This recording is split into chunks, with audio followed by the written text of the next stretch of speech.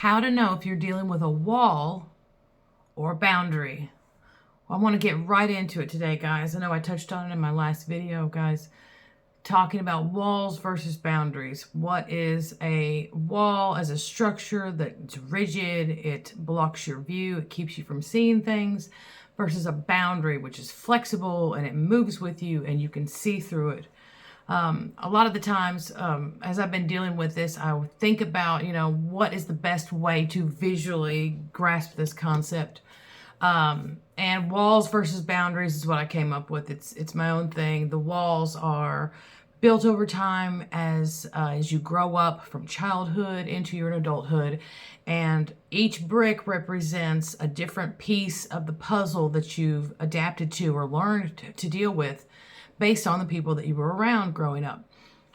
And some people get the opportunity to have really well-balanced parents who are very good at educating them and leading them, but for a great majority of us, that doesn't happen. And that's not necessarily something we need to hold on to right now or be upset about, but we do need to learn from it. So when you've identified that you know that your certain rules for your life, the way you navigate around people and certain situations and things is probably not the healthiest, that's when you can step back and say, okay, let's examine this some and figure out what's going on, because I keep ending up in a negative situation or I keep ending up with a failed relationship. So what can we do to work on those things? And one of the first and greatest tips I ever got was, the only person you can change is yourself. And that's the truth. So you can change the people. You can't change the people around you, but you can change the people around you, if you get what I'm saying. So change comes from here first, and then it can spread out into others. And it also, in how we raise our children and how we have an effect on our relationships at work, with family, with friends, or just out in the general public. So when I talk about walls, I'm talking about something that's rigid and structured. And so imagine you've built this box around yourself, and this box was supposed to be to keep you safe. That was your original purpose and intent. When you were a child, situations came up. That doesn't make me feel very good. I'm going to restrict access to myself. So you start building these walls. The problem with the walls are, because of our limited ability to see and understand and grasp certain concepts as children, they can be very general rules. Okay, so in my book, I talk about one of the best examples I can give, because the one I was around the most as a child was, don't trust men, or men are not helpful, or if you're a woman, doesn't matter what you've got going on, he takes precedence. So there were all these confusing viewpoints.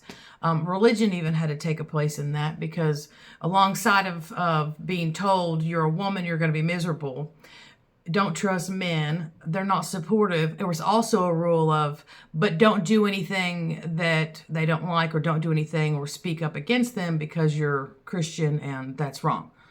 So that just creates a recipe for disaster, pretty much. So what I want to talk about today is how we can, if you can identify your walls, identify your bricks, your principles, your thoughts that are really rigid like that, how can we transfer that into a healthy boundary? So no, saying I do not trust men, or all men are inherently evil or something, that's not going to work. That's because it's just not true. It just isn't true. What may be a better idea of what you could use, if you can take care of that limiting belief, instead go with, I'm an adult and I'm a healthy individual. So when I meet someone, I will give it time. I will listen, pay attention, ask questions, and I'm allowed to gauge whether I feel comfortable or not in that situation. I'm allowed to gauge whether this person is showing characteristics that are favorable or not. The walking into every situation believing a blank, all men are bad, you're gonna have problems with your boss. You're gonna have problems with anyone you encounter out in the wild is automatically in that category. And categorizing people is not the way to go. Instead, categorize your feelings, categorize how you feel in that situation instead. So we're going to pull the view back in here to yourself and say, how do I feel in this situation? Regardless of what someone else is doing, that's them.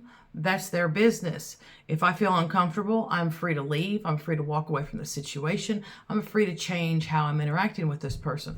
I'm okay to limit access to me.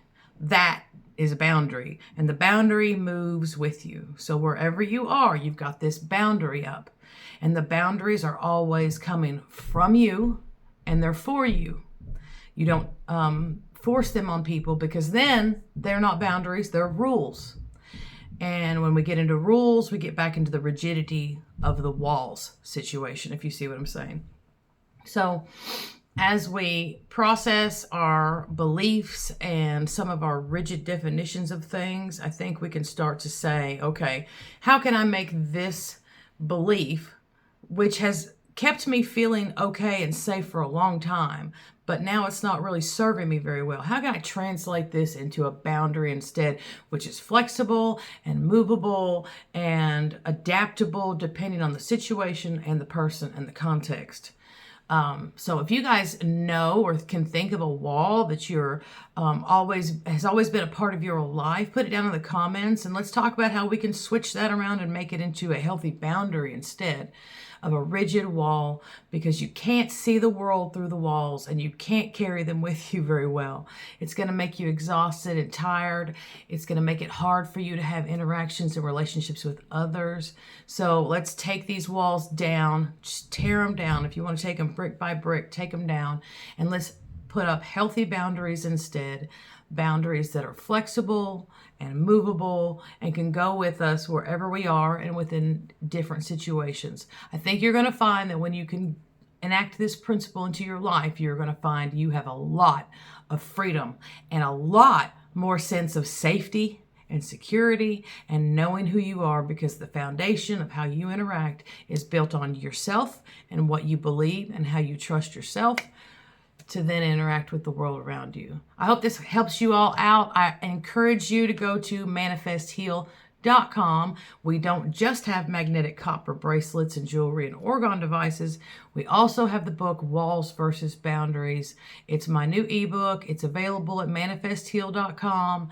I'm going to be talking about it here on the YouTube channel so that you guys get a chance to get more in depth. I would love to start having lives where you guys can ask questions, but I want to know how many of you guys are interested. Keep up with it. Make sure you put a comment in the box below. Like, share, and subscribe. I look forward to continuing to have these conversations, and I want to know what you guys think. I really do. I want to know what you feel like is your biggest struggle with having healthy boundaries. And then we're going to get into how to stop people pleasing out of that, out of having the lack of healthy boundaries. So, but absolutely, it was wonderful seeing you all. I hope you have an excellent day, and I'll see you on the next one. Bye.